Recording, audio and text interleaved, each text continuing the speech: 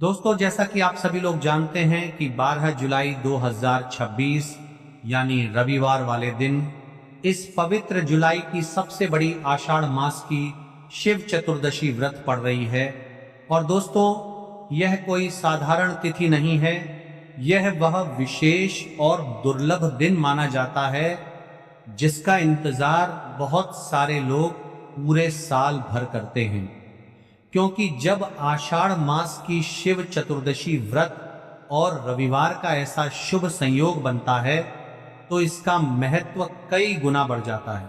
मेरी माता बहनों से निवेदन है, मेरे भाइयों से निवेदन है, मेरे जीजियों से निवेदन है कि इस दिन को बिल्कुल भी साधारण मत समझना, क्योंकि कई बार जीवन में ऐसे अवसर बार बार नहीं आते। और जो व्यक्ति इस दिन श्रद्धा और विश्वास के साथ भगवान का स्मरण करता है, उसके जीवन में चल रही बड़ी से बड़ी परेशानी भी धीरे धीरे समाप्त होने लगती है। दोस्तों, पूज्य गुरुजी महाराज ने अपनी कथा में कई बार कहा है कि अगर किसी व्यक्ति के जीवन में धन की समस्या चल रही हो, घर में दुख और अशांति हो, काम बनते बनते बिगड़ जाते हो, हाथ में पैसा रुकता ना हो, या फिर मन में कोई ऐसी इच्छा हो जो वर्षों से पूरी ना हो रही हो, तो ऐसे लोगों को आषाढ़ मास की शिव चतुर्दशी व्रत वाले दिन किया जाने वाला 5 धतूरे अवश्य करना चाहिए। दोस्तों, बहुत सारे लोग ऐसे होंगे जिन्होंने पूरे साल भर कोई विशेष उपाय ना किया हो। कई लोग ऐसे भी होंगे जिन्होंने मन में सोचा तो बहुत बार होगा कि इस बार उपाय जरूर करेंगे, लेकिन किसी ना किसी कारण से नहीं कर पाए होंगे। पर दोस्तों, भगवान हर व्यक्ति को एक ना एक अवसर जरूर देते हैं, और 12 जुलाई का यह दिन भी कुछ ऐसा ही विशेष अवसर लेकर आया है। अगर आपने पूरे साल भर कोई उपाय ना किया हो, फिर भी इस जुलाई की आषाढ़ मास की शिव चतुर्दशी व्रत के दिन अगर आप श्रद्धा से 7 बेलपत्र कर लेते हो, तो दोस्तों आपको ऐसा फल मिल सकता है जिसकी आपने कभी कल्पना भी नहीं करी होगी। क्योंकि विशेष तिथि पर किया गया छोटा सा उपाय भी कई बार बड़े बड़े पूजा पाठ और अनुष्ठानों से ज्यादा फल दे जाता है। दोस्तों, देखा गया है कि बहुत सारे लोगों ने इस प्रकार के उपायों को श्रद्धा से किया और उनके जीवन में बदलाव भी आया। किसी के घर की आर्थिक परेशानी दूर हुई, किसी के घर का क्लेश समाप्त हुआ, किसी की रुकी हुई मनोकामना पूर्ण हुई। इसलिए आप लोग भी इस दिन को अपने हाथ से बिल्कुल मत जाने देना। और दोस्तों, आज हम आपको 5 धतूरे बहुत ही अच्छे और सरल तरीके से समझाने वाले हैं। इस वीडियो को देखने के बाद आपको कोई दूसरी वीडियो देखने की जरूरत नहीं पड़ेगी, क्योंकि हम आपको एक एक बात बिल्कुल सरल भाषा में समझाएंगे कि यह उपाय किसको करना है, कब करना है, कैसे करना है और किस भावना से करना है। दोस्तों, जुलाई की आषाढ़ मास की शिव चतुर्दशी व्रत अपने आप में बहुत विशेष मानी जाती है, और जब यह शुभ रविवार वाले दिन पड़ती है तो इसका महत्व और भी अधिक बढ़ जाता है। कहा जाता है कि इस दिन सच्चे मन से भगवान को याद करके किया गया छोटा सा उपाय भी बहुत जल्दी फल देता है। अगर आपके घर में किसी भी प्रकार की परेशानी चल रही हो, घर में धन नहीं टिकता हो, बार बार बीमारी आती हो, कामों में रुकावट आती हो, घर में तनाव और अशांति रहती हो, या फिर आपको खुद समझ ना आता हो कि आखिर समस्या किस कारण से चल रही है, तो दोस्तों ऐसे में 11 चावल आपके लिए बहुत लाभकारी माना जाता है। क्योंकि कई बार जीवन में कुछ ऐसे दोष और बाधाएं चल रही होती हैं जिनका कारण हमें पता भी नहीं होता, लेकिन विशेष तिथि पर श्रद्धा से किया गया उपाय धीरे धीरे उन नकारात्मक प्रभावों को भी कम करने लगता है। दोस्तों, इस दिन 7 काली मिर्च का महत्व और भी बढ़ जाता है, और जब कोई व्यक्ति इस उपाय को पूरे विश्वास और सच्चे मन से करता है तो भगवान उसकी प्रार्थना अवश्य सुनते हैं। इसलिए आप लोग इस उपाय को हल्के में मत लेना। तो चलिए दोस्तों, अब आगे वीडियो में हम आपको बताते हैं कि आखिर 5 धतूरे को किस समय करना है, कौन कर सकता है और इसे करने की सही विधि क्या रहने वाली है। लेकिन उससे पहले अगर आप लोग हमारे चैनल पर नए हैं तो चैनल को सब्सक्राइब जरूर कर लेना, वीडियो को लाइक कर देना और कमेंट बॉक्स में श्री शिवाय नमस्तुभ्यंत नमः शिवाय जरूर लिख देना। ये मेरे प्यारे भाइयों, मेरी प्यारी माता बहनों, मेरे श्री हरि विष्णु के भक्तों, यदि आपके जीवन में बार बार धन की कमी बनी रहती है, यदि घर में पैसा आता तो है लेकिन रुकता नहीं, यदि मेहनत के बाद भी सफलता दूर दिखाई देती है, यदि कोई ऐसी मनोकामना है जो वर्षों से अधूरी पड़ी हुई है, तो आज का यह उपाय और यह पूरा प्रवचन आपके लिए अत्यंत महत्वपूर्ण होने वाला है। मेरे भक्तों, अक्सर लोग क्या करते हैं, सुबह उठे, जल्दी जल्दी पूजा की, भगवान के सामने हाथ जोड़े और अपने काम पर निकल गए। लेकिन फिर कुछ समय बाद कहते हैं महाराज पूजा तो बहुत करते हैं लेकिन लाभ नहीं मिल रहा। तो देखिए, लाभ केवल पूजा करने से नहीं मिलता।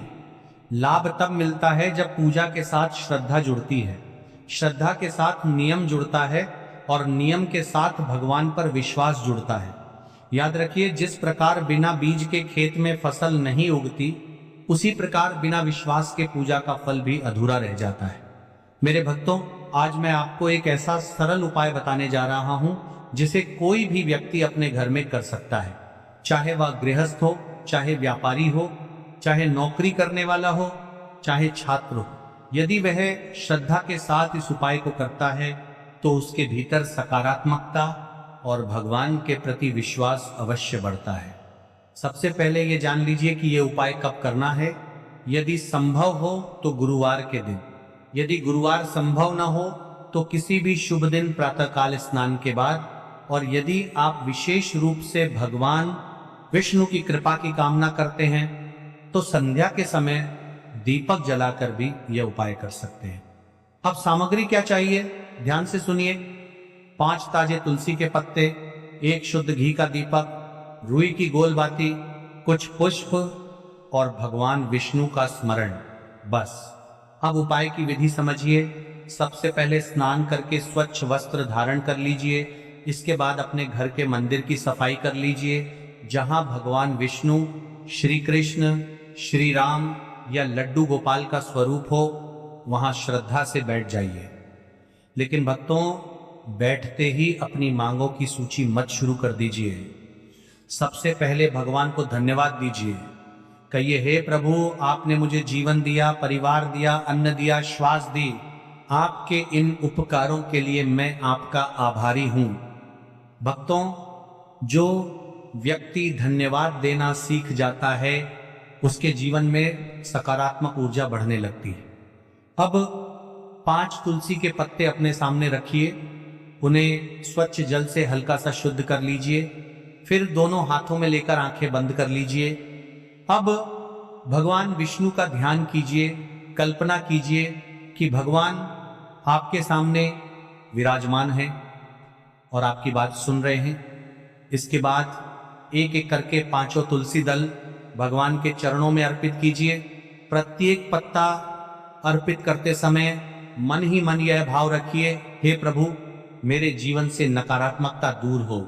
दूसरा पत्ता, हे प्रभु, मेरे परिवार में सुख और शांति बनी रहे। तीसरा पत्ता, हे प्रभु, मुझे सद्बुद्धि प्रदान करें। चौथा पत्ता, हे प्रभु, मेरे जीवन में परिश्रम का उचित फल मिले। और 5वां पत्ता, हे प्रभु, मेरी उचित और शुभ मनोकामना पूर्ण हो। अब घी का दीपक प्रज्वलित कीजिए। दीपक जलाते समय यह भाव रखिए, हे नारायण, जैसे यह दीपक अंधकार को दूर कर रहा है, वैसे ही मेरे जीवन के भ्रम और भय को भी दूर कर दीजिए। अब कम से कम 11 बार श्रद्धा से मंत्र का जाप कीजिए, नमो भगवते वासुदेवाय नमः। भक्तों, मंत्र की संख्या से अधिक महत्व भावना का है। यदि 11 बार भी पूरे मन से जाप किया जाए तो उसका प्रभाव अलग ही होता है। अब जाप पूरा होने के बाद कुछ क्षण भगवान के सामने शांत बैठिए और फिर अपने मन की बात कहिए। यदि आर्थिक समस्या है तो कहिए, यदि परिवार की चिंता है तो कहिए, यदि स्वास्थ्य की चिंता है तो कहिए, यदि कोई अधूरी मनोकामना है तो कहिए। लेकिन भगवान से शिकायत मत कीजिए, प्रार्थना कीजिए। यही अंतर्भक्ति को सुंदर बनाता है। अब मैं आपको एक छोटा सा प्रेरणादायक प्रसंग सुनाता हूं। एक महिला अपने परिवार की आर्थिक स्थिति को लेकर बहुत चिंतित रहती थी। दिन रात चिंता, हर समय भय, हर समय तनाव। एक दिन एक संत ने उससे कहा, प्रतिदिन कुछ समय भगवान के सामने बैठो और पहले धन्यवाद दो, फिर प्रार्थना करो। उसने ऐसा करना शुरू किया। कुछ दिनों बाद उसकी परिस्थितियां तुरंत नहीं बदली, लेकिन उसका मन बदलने लगा। जो व्यक्ति हर समय डरता था, वह आशावादी बनने लगा। जो व्यक्ति केवल समस्या देखता था, वह समाधान भी देखने लगा। और धीरे धीरे उसके जीवन में सकारात्मक परिवर्तन आने लगे। भक्तों, यही भक्ति का वास्तविक चमत्कार है। भक्ति पहले मन बदलती है, फिर मनुष्य का दृष्टिकोण बदलता है, फिर उसके कर्म बदलते हैं और उसके बाद जीवन की दिशा बदलने लगती है। अब इस उपाय के लाभ समझिए। पहला लाभ, भगवान के प्रति विश्वास बढ़ता है। दूसरा लाभ, मन को शांति मिलती है। तीसरा लाभ, नकारात्मक विचार कम होते हैं। चौथा लाभ, परिवार में सकारात्मक वातावरण बनाने में सहायता मिलती है। पांचवा लाभ, मनोकामना के लिए प्रार्थना करने का अवसर मिलता है। मेरे प्यारे भक्तों, आगे के भाग में मैं आपको एक विशेष दीपक साधना बताऊंगा, जिसमें तुलसी और दीपक का अत्यंत सुंदर संयोजन है। उसकी सामग्री क्या होगी, विधि क्या होगी, किस समय करना है, क्या सावधानी रखनी है और उससे जुड़े आध्यात्मिक लाभ क्या हैं, यह सब विस्तार से जानेंगे। तब तक भगवान श्री हरि विष्णु का स्मरण करते रहिए। जय श्री हरि। नमो भगवते वासुदेवाय। भाग 1 समाप्त। पार्ट 2, नमो भगवते वासुदेवाय। देखिए मेरे प्यारे भाइयों, मेरी प्यारी माता बहनों, यदि आप धन की कमी, व्यापार में रुकावट, बार बार होने वाली फिजूल खर्ची या घर में लगातार बनी रहने वाली आर्थिक परेशानियों से चिंतित हैं, तो आज मैं आपको एक विशेष दीपक उपाय बताने जा रहा हूं। यह उपाय तुलसी माता और भगवान विष्णु की भक्ति से जुड़ा हो। तो सबसे पहले हम उपाय के बारे में जान लेते हैं। संपूर्ण बातें ध्यान से सुने, किस समय करना है, कब करना है, सामग्री कहां से लेनी है। तो देखिए, सबसे पहले हम चावल के उपाय के बारे में जान लेते हैं। देखिए, 108 चावल के दाने और एक हल्दी के दीपक के उपाय के बारे में। तो देखिए, 108 अखंड चावल के दाने और हल्दी का दीपक, तो भोलेनाथ की कृपा से मनोवांछित फल प्राप्त होता है। आज मैं आपको हर छोटे छोटे चरण को विस्तार से समझाऊंगा। कई सारी माता बहनें उपाय को बहुत जल्दी करती है और फिर कहती है, शिव हमसे प्रसन्न नहीं होते, सबसे पहले मन को शांत कर लो। सुबह हो तो नित्य स्नान करके स्वच्छ वस्त्र पहन लो। यदि प्रदोष काल में कर रहे हो तो भी साफ सुथरे कपड़े पहनो। मन में सच्ची श्रद्धा और विश्वास हो, यही सबसे बड़ा साधन है। आत्मा में अहंकार या जलन न रखो। उपाय केवल शिव मंदिर में किया जाना अनिवार्य है, घर में नहीं, मंदिर में ही करना है। 108 अखंड चावल के दाने, एक दाना पूरा फटा हुआ ना हो, बाजार का ले सकते हो या घर की रसोई के दाने भी चलेगा। हल्दी का दीपक, जो कि गेहूं के आटे से दीपक बनाएं और उसमें हल्दी पीसी अच्छी मात्रा में मिलाएं। नमक बिल्कुल न डालना है। दीपक में रुई की बत्ती, लंबी और तेल भरे तेल के लिए तिल का तेल आदर्श है, पर आप तिल, सरसों, साधारण दीप तेल में से कुछ चुन सकते हो। कम से कम इतना तेल डालें कि दीपक स्थिर जलता रहे। हमें इस उपाय को यदि सुबह के समय कर रहे हैं तो आपको 1 लोटा शुद्ध जल शिवलिंग पर जलाभिषेक के लिए लेकर के जाना है। यदि आप इस उपाय को करने के साथ में कोई अन्य सामग्री भी लेकर के जाना चाहते हैं तो आप वो भी लेकर के जा सकते हैं, ठीक है। जैसे कि फूल, कुछ ताजा पुष्प, 1-2 पुष्प मंदिर के लिए और 1 पुष्प घर ले जाकर रखने के लिए। यदि आप इस उपाय को करने के पश्चात शिवजी की शिवलिंग पर पुष्प समर्पित करना चाहते हैं, अष्टगंध समर्पित करना चाहते हैं, बेलपत्र, तो आप ये अन्य सामग्री भी समर्पित कर सकते हैं। लेकिन हमें सबसे पहले उपाय करना है उसके पश्चात। अब देखिए महाराज जी, आपको एकदम शुद्ध, अच्छे से अखंड एक छोटी सी पोटली कागज की पुड़िया जिनमें 108 चावल के दाने बांध कर रख लीजिए। एक छोटा बर्तन दीपक रखने के लिए, ताकि तेल टपकने से समस्या न हो। अब देखिए महाराज जी, हम इस उपाय को कर रहे हैं तो हमें इस उपाय को करते समय कुछ सावधानियां भी भारत नहीं है, इसलिए हम आपको उपाय को विस्तार से बता रहे हैं, अच्छे से बता रहे हैं, ताकि आप कोई भी गलती ना करें और आपका उपाय सफल हो। तो देखिए, हम बात कर लेते हैं हल्दी के दीपक के बारे में, हल्दी दीपक बनाने की विधि। अब मैं आपको दीपक बनाने की विधि विस्तार से बताऊंगा। साधारण है, ध्यान से बनाइए। एक साफ बर्तन में गेहूं का आटा आवश्यकता अनुसार निकालिए।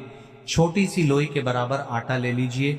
इसमें एक चुटकी हल्दी पाउडर अच्छी मात्रा में मिला लीजिए। हल्दी रंग दीपक को शुभ बनाती है। नमक बिल्कुल न डालें। छोटी छोटी लोई लेकर बीच में गड्ढा बना दीजिए। दीपक का आकार कटोरी जैसा होगा, ताकि तेल और बत्ती आ सके। दीपक में रुई की बत्ती रखें। रुई को बीच से थोड़ी लंबी रखें, ताकि बत्ती दीपक से ऊपर रहे। अंत में दीपक में तेल भरें। ध्यान रहे कि तेल बत्ती के आसपास पर्याप्त रहे। अब दीपक प्रज्वलित करने के लिए तैयार है। दीपक पूरी तरह सूखा ना हो, नरम आटा आवश्यक। दीपक को जलाकर परीक्षण कर लें, ताकि मंदिर में जलाते वक्त समस्या न हो। अब हमारा दीपक बंद करके तैयार हो गया है। अब बात कर लेते हैं इस मुख्य उपाय के बारे में। 108 चावल के दाने। तो देखिए महाराज जी, आपको चावल के दाने कहां से लेना है, कैसे लेना है, कब लेना है, इन बातों का आपको ध्यान रखना है। तो देखिए, बहुत से लोग पूछते हैं क्या घर का चावल चलेगा या बाजार का, किस तरह का चावल लेना चाहिए। मैं स्पष्ट कहता हूं, घर का सामान्य चावल या बाजार का कोई भी पूरा दाना चलेगा, पर एक शर्त, 108 दाने अखंड वो पूरा होना चाहिए। दाने फटे हुए न हों। 108 दानों को आप एक साफ सुथरे डिब्बे या कागज की पुड़िया में रखकर मंदिर ले जाइए। मंदिर तक जाते समय पुड़िया खुले न हो और दानों पर विश्वास और श्रद्धा बनी रहे। अब देखिए, हमारे चावल के दाने भी तैयार हो गए और हमारा दीपक भी तैयार हो गया। अब बात कर लेते हैं कि इस उपाय को करने का सबसे उत्तम समय कौन सा है, यानी किस समय हमें इस उपाय को करना है, प्रदोष काल का समय या सुबह का समय। देखिए महाराज जी, जैसा कई भक्त पूछते हैं कब किया जाए, मैं 2 विशेष समय बताता हूं। सुबह का समय उत्तम प्रातः 7 बजे से 10 बजे तक, इससे दिन का मंगलप्रद आरंभ होता है। यदि सुबह 7 बजे तक जाना संभव नहीं तो 12 बजे से पहले भी कर सकते हैं। अब बात कर लेते हैं महाराज जी, प्रदोष काल के समय की कई सारी मात्रा बहाने सुबह के समय नहीं कर सकती है, तो सबसे उत्तम समय प्रदोष काल का समय भी है, जो शिव जी को अत्यंत प्रिय है। प्रदोष काल सायंकाल 5 बजे से 6 बजे के बीच यह समय बहुत ही पुण्यकारी माना जाता है। यदि आवश्यकता हो तो 7 बजे तक भी किया जा सकता है। आप जिस भी समय जाओगे ठीक ठाक उसी समय श्रद्धा भाव से करिए। देखिए महाराज जी, अब हमारी इस उपाय की सामग्री भी तैयार हो गई है और हमने आपको समय भी बता दिया है। तो देखिए, एक मुख्य बात, यदि आप इस उपाय को सुबह के समय कर रहे हैं तो महाराज जी, सुबह के समय तो शिव जी की शिवलिंग पर सबसे पहले 1 लोटा जल चढ़ेगा, फिर उसके पश्चात आपको इस उपाय को करना है। और यदि प्रदोष काल के समय कर रहे हैं तो आपको एक साधारण दीपक प्रज्वलित करना है, फिर उसके पश्चात आपको उपाय करना है, ठीक है। और हाँ, एक विशेष और मुख्य बात, कई सारी मेरी अन्य माताएं बहनें रहती हैं जो शिव मंदिर जाते से ही दूसरी अन्य माता बहनों से सामग्री मांगने लगते हैं, जैसे कि जीजी आज आपने एक बेलपत्र लाए हो तो मुझे दे दो, जीजी आपके पास तो बहुत सारे फूल दिख रहे हैं, एक फूल दे दो। मुझे आपको शिव मंदिर में जाकर के इस प्रकार से नहीं करना है। हरी